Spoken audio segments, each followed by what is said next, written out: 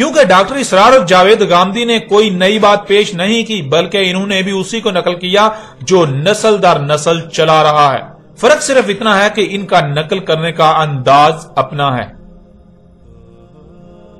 اب آپ خود فیصلہ کریں کہ یاجوج اور ماجوج کی اکثریت کے عقائد و نظریات کی جب بنیاد ہی غلط ہے، من گڑت ہے، تو پورے عقیدے کی کیا اہمیت و حیثیت رہ جاتی ہے؟ اس میں کس قدر صداقت ہوگی؟ یہ فیصلہ کرنا کوئی مشکل نہیں رہا۔ یاجوج اور ماجوج سے متعلق پائے جانے والے عقائد و نظریات وہی ہیں جو یہودیوں اور عیسائیوں میں پائے جاتے ہیں۔ اب سوال یہ پیدا ہوتا ہے کہ اگر یہودی اور عیسائی اس معاملے میں حق پر تھے تو کیا محمد علیہ السلام کو یہودیوں اور عیسائیوں کی تائید و تصدیق کے لیے پیش کیا گیا؟ کیا قرآن اللہ سبحانہ و تعالی نے یہودیوں اور عیسائیوں کی تائید و تصدیق کے لیے اتارا تھا؟ آپ یہ بات جان چکے ہیں کہ یاجوج اور ماجوج سے متعلق یہ عقیدہ صرف خود کو مسلمان کہلوانے والوں کا ہی نہیں بلکہ یہودیوں اور عیسائیوں کا بھی یہی عقیدہ ہے۔ اب یہ بات قابل غور ہے کہ اگر مسلمان اپنے اس عقیدے میں سچے ہیں تو پھر اس کا مطلب یہ ہے کہ یہودیوں اور عیسائیوں نے یہ عقیدہ بعد میں جا کر مسلمانوں سے اخذ کیا،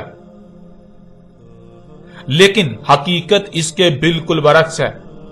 حقیقت ہر کوئی جانتا ہے کہ حقیقت یہ نہیں ہے، بلکہ یہودی اور عیسائی تو خود کو مسلمان کہلوانوں سے نہ صرف پہلے موجود تھے بلکہ ان میں اس وقت یہ عقیدہ پایا جاتا تھا، اور اگر آج مسلمانوں میں یہ عقیدہ پایا جاتا ہے تو مسلمانوں میں یہ عقیدہ یہودیوں اور عیسائیوں سے ہی منتقل ہوا، نہ کہ یہودیوں اور عیسائیوں میں مسلمانوں سے منتقل ہوا۔ جب حقیقت یہ ہے کہ یہ عقیدہ یہودیوں اور عیسائیوں کا عقیدہ ہے اور بعد میں مسلمانوں میں منتقل ہوا، تو سوال یہ پیدا ہوتا ہے کہ کیا قرآن کو یہودیوں اور عیسائیوں کے عقائد و نظریات کی تائید و تصدیق کے لیے اتارا گیا؟ کیا محمد رسول اللہ علیہ السلام کی بعثت کا مقصد یہودیوں اور عیسائیوں کے عقائد و نظریات کی تائید و تصدیق کرنا تھی؟ کیونکہ ناظرین، اللہ سبحانہ و تعالیٰ نے قرآن میں کئی مقامات پر اپنا یہ قانون واضح کر دیا کہ اللہ رسول کو صرف اور صرف اسی وقت بیعث کرتا ہے جب دنیا 100% گمراہی میں ہوتی ہے، جب انسان 100% ہی گمراہیوں میں ہوتے ہیں، نور کی ایک کرن بھی نہیں ہوتی۔ جیسا کہ اس وقت آپ کو سکرین پر سورہ آل عمران کی آیت نمبر 164 نظر آ رہی ہے، جس میں اللہ سبحانہ تعالیٰ کا کہنا ہے لَقَدْ مَنَّ اللَّهُ عَلَى الْمُؤْمِنِينَ إِذَا بَعَثَ فِيهِمْ رُسُولًا مِنْ أَنفُسِهِمْ يَتْلُو عَلَيْهِمْ آيَاتِهِ وَيُزَكِّيهِمْ وَيُعَلِّمُهُمُ الْكِتَابَ وَالْحِكْمَةَ وَإِنْ كَانُوا مِنْ قَبْلُ لَفِي ضَلَالٍ مُبِينٍ۔ تحقیق یعنی یہ بات طے شدہ ہے، تم اپنے گھوڑے دوڑا لو، تم اپنی تحقیق کر لو، غور و فکر کر لو، یہی بات تمہارے سامنے آئے گی جو بات کہی جا رہی ہے۔ جو اللہ ہے مومنین پر تب بیعث کرتا ہے رسول ان میں انہی میں سے جو تلاوہ کر رہا ہے ان پر اس کی آیات کی، اور تزکیہ کر رہا ہے اور ان کو سکھا رہا ہے الکتاب اور الحکمہ، اور اگر تھے اس سے پہلے دلال مبین میں، یعنی ہر لحاظ سے 100% گمراہیوں میں تھے۔ ناظرین، اس آیت میں اللہ سبحانہ تعالیٰ کا کہنا ہے کہ مومنین پر جو اللہ کی ذمہ داری ہے، جو اللہ پر فرض ہے، وہ یہ ہے کہ جب دنیا 100% گمراہیوں میں ہو، نور کی ایک کرن بھی نہ ہو، تمام کے تمام انسان 100% ہر لحاظ سے کھلم کھلا گمراہیوں میں ہوں، تب اللہ ان میں انہی سے رسول بیعث کرتا ہے جو آ کر ان پر اللہ کی آیات کی تلاوہ کرتا ہے، یعنی وہ انتہائی ترتیب کے ساتھ حق کھول کھول کر واضح کرتا ہے، اللہ کی آیات کو حکمہ کے ساتھ کھول کھول کر واضح کرتا ہے، جس سے ان کا تزکیہ ہوتا ہے۔ ان میں جو ملاوٹیں ہوتی ہیں انہیں ہر لحاظ سے پاک صاف کر کے خالص اللہ کا غلام بناتا ہے اور الکتاب سکھاتا ہے، یعنی زمین و آسمانوں کا علم سکھاتا ہے اور اس علم کا صحیح استعمال بھی سکھاتا ہے۔ اس آیت میں اللہ سبحانہ وتعالی نے دو ٹوک الفاظ میں اپنا قانون واضح کر دیا کہ اللہ صرف اور صرف اسی وقت رسول بیعث کرتا ہے جب انسان 100% کھلم کھلا ہر لحاظ سے گمراہیوں میں ہوتے ہیں، نور کی ایک کرن بھی نہیں ہوتی۔ حالانکہ اس کے باوجود ہر کوئی خود کو اہل حق اور ہدایت یافتہ ہی سمجھ رہا ہوتا ہے، لیکن حقیقت یہ ہوتی ہے کہ کسی ایک کو بھی حق کا علم نہیں ہوتا، سب کے سب 100% گمراہیوں میں ہی ہوتے ہیں۔ یعنی اگر دنیا میں نور کی ایک کرن بھی ہو، رائی برابر بھی ہدایت موجود ہو، تو اللہ رسول کو بیعث نہیں کرتا، اور یہی بات اللہ سبحانہ و تعالیٰ نے سورہ جمعہ کی آیت نمبر 2 میں بھی کہی، جیسا کہ آیت آپ کو سکرین پر نظر آ رہی ہے۔ وَالَّذِي بَعَثَ فِي الْأُمِّيِّينَ رَسُولًا مِّنْهُمْ يَتْلُو عَلَيْهِمْ آيَاتِهِ وَيُزَكِّيهِمْ وَيُعَلِّمُهُمُ الْكِتَابَ وَالْحِكْمَةَ وَإِن كَانُوا مِن قَبْلُ لَفِي ضَلَالٍ مُّبِينٍ۔ وہی ہے ذات یعنی اللہ، امیین میں بیس کیا رسول انہی میں سے، جو تلاوہ کر رہا ہے ان پر اس کی آیات کی اور ان کا تزکیہ کر رہا ہے، اور علم سکھا رہا ہے الکتاب کا اور حکمت، اگر تھے اس سے پہلے ہر لحاظ سے کھلم کھلا گمراہیوں میں۔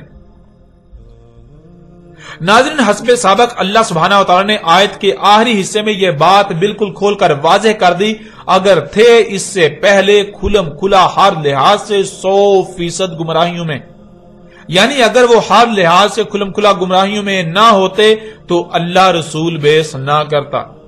جس سے یہ بات بالکل کھل کر واضح ہو جاتی ہے کہ جب اللہ سبحانہ و تعالیٰ نے اپنے رسول محمد کو بیس کیا تھا تب پوری دنیا ہر لحاظ سے کھلم کھلا گمراہیوں میں تھی، ان کے عقائد و نظریات جاہلانہ اور بے بنیاد اور محض ظن پر مبنی تھے، نہ کہ علم پر مبنی، اور قرآن میں جس موضوع کو بھی زیر بحث لایا گیا تو اس موضوع پر قرآن سے پہلے جو بھی عقائد و نظریات عام تھے وہ سوائے گمراہی کے اور کچھ نہ تھے۔ یوں قرآن نے اس حوالے سے اس کے نزول سے پہلے پائے جانے والے عقائد و نظریات کا رد کرتے ہوئے ان کے برعکس حق بیان کیا۔ اس لیے ناظرین، اب آپ پر یہ بات بالکل کھل کر واضح ہو جانی چاہیے کہ خود کو مسلمان کہلوانے والوں میں یاجوج اور ماجوج سے متعلق جو یہودیوں اور عیسائیوں والے عقائد و نظریات پائے جاتے ہیں ان کا حق کے ساتھ کوئی تعلق نہیں، وہ محض بے بنیاد قصے و کہانیاں ہیں۔ ناظرین، آپ پر یہ بات بالکل کھل کر واضح ہو چکی کہ خود کو مسلمان کہلوانے والوں میں یاجوج اور ماجوج سے متعلق پائے جانے والے عقائد و نظریات قرآن سے اخذ کردہ نہیں بلکہ بائبل سے اخذ کردہ یہودیوں اور عیسائیوں والے ہی عقائد و نظریات ہیں۔ یاجوج اور ماجوج سے متعلق مسلمانوں میں پائے جانے والے عقائد و نظریات قرآن کے پیش کردہ نہیں بلکہ بائبل سے اخذ کیے گئے۔ اب اگر اس کے باوجود کوئی اپنے سابقہ بائبلی عقائد و نظریات پر ڈٹا رہتا ہے تو ایسا شخص اپنے عمل سے یہ دعویٰ کر رہا ہوتا ہے کہ نہ تو محمد اللہ کا رسول تھا اور نہ ہی قرآن اللہ کی طرف سے اتارا ہوا، کیونکہ اللہ سبحانہ و تعالیٰ کا کہنا ہے کہ اللہ رسول کو صرف اور صرف تب بیس کرتا ہے جب دنیا 100% ہر لحاظ سے گمراہیوں میں ہوتی ہے، نور کی ایک کرن بھی نہیں ہوتی۔ لیکن ایسے شخص کا اللہ سبحانہ تعالیٰ کے برعکس کہنا ہے کہ جب محمد کو بیس کیا گیا تب ہدایت موجود تھی، لوگ حق پر تھے، نور موجود تھا۔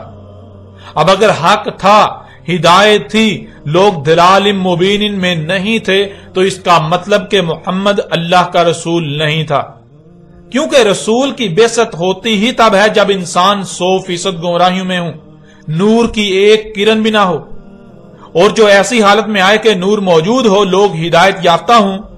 ان میں ہدایت موجود ہو، ان میں حق موجود ہو، یا ان کے پاس کچھ نہ کچھ حق موجود ہو، تو وہ رسول کیسے ہو سکتا ہے؟ قرآن کے مطابق وہ رسول نہیں ہو سکتا۔ قرآن کا دعویٰ یہ ہے کہ ایسا شخص رسول ہو ہی نہیں سکتا، اور اگر ایسا شخص یاجوج اور ماجوج کے متعلق بائبلی عقیدے پر بھی ڈٹا رہے اور یہ بھی کہے کہ محمد اللہ کا رسول تھا تو اس کا مطلب کہ وہ اپنے عمل سے دعویٰ کر رہا ہے کہ قرآن غیر اللہ کی طرف سے ہے، کیونکہ اللہ سبحانہ و تعالیٰ نے دو ٹوک الفاظ میں کہا کہ اگر یہ غیر اللہ کی طرف سے ہوتا